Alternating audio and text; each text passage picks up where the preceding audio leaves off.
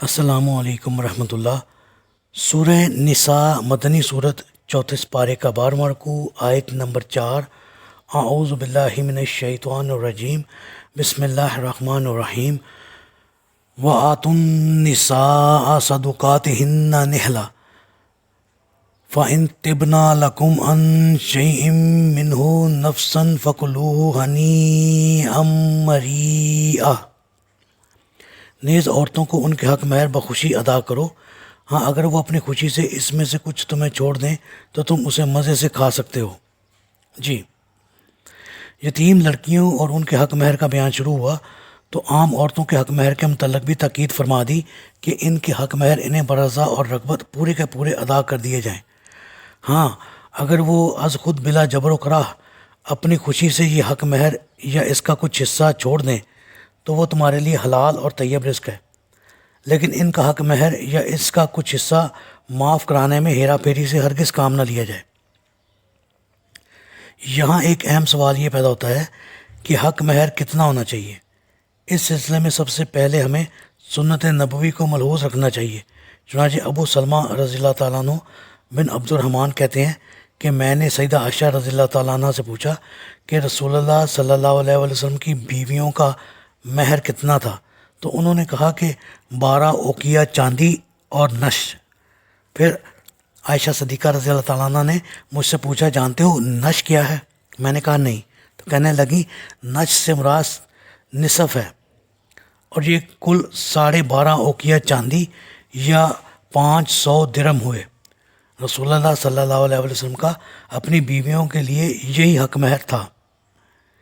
اسی سلسلے میں دوسری روایت اس طرح ہے کہ ابو الاجفا کہتے ہیں کہ ایک دفعہ عمر بن خطاب رضی اللہ تعالیٰ عنہ اپنے خطبے کے دوران لوگوں سے فرمایا کہ دیکھو عورتوں کے حق مہر بڑھ چڑھ کر نہ باندھا کرو، کیونکہ اگر حق مہر بڑھانا دنیا میں کوئی عزت کی بات ہوتی یا اللہ کے ہاں تقوی کی بات ہوتی تو نبی صلی اللہ علیہ وسلم اس کے سب سے زیادہ حقدار تھے، اور میں نہیں جانتا کہ رسول اللہ صلی اللہ علیہ وسلم نے اپنی کسی بیوی کا یا اپنی کسی بیٹی کا حق مہر 12 اوقیہ چاندی سے زیادہ باندھا ہو۔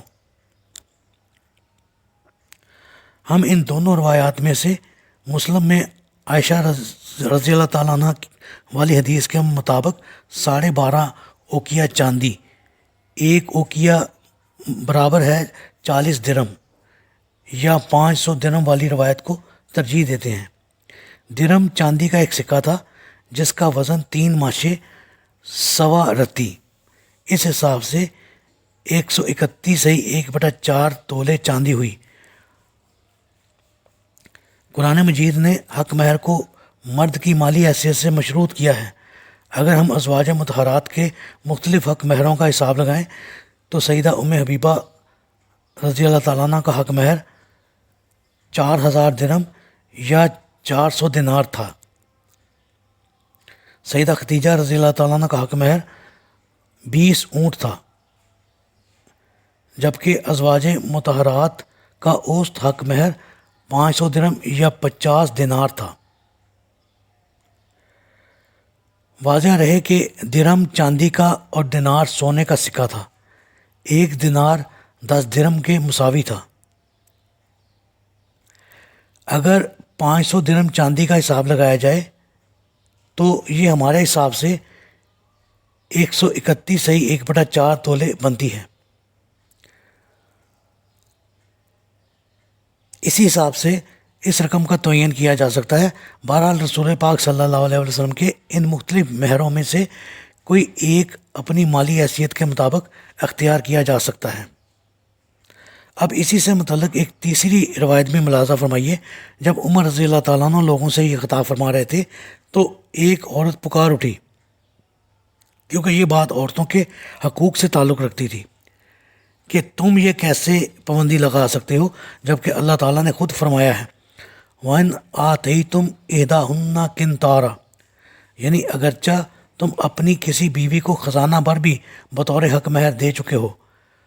عورت کی یہ بات سن کر سیدنا عمر رضی اللہ تعالیٰ عنہ بے ساختہ پکار اٹھے، پروردگار مجھے معاف فرما، یہاں تو ہر شخص عمر سے زیادہ فقیہ ہے، پھر ممبر پر چڑھے اور کہا، لوگو، میں نے تمہیں 400 درہم سے زیادہ حق مہر باندھنے سے روکا تھا، میں اپنی رائے واپس لیتا ہوں، تم میں سے جو جتنا چاہے مہر دے۔ اللہ تعالیٰ سے دعا ہے اللہ تعالیٰ ہمیں حق مہر کے معاملے میں انصاف سے قائم کرنے کی توفیق عطا فرمائے، آمین۔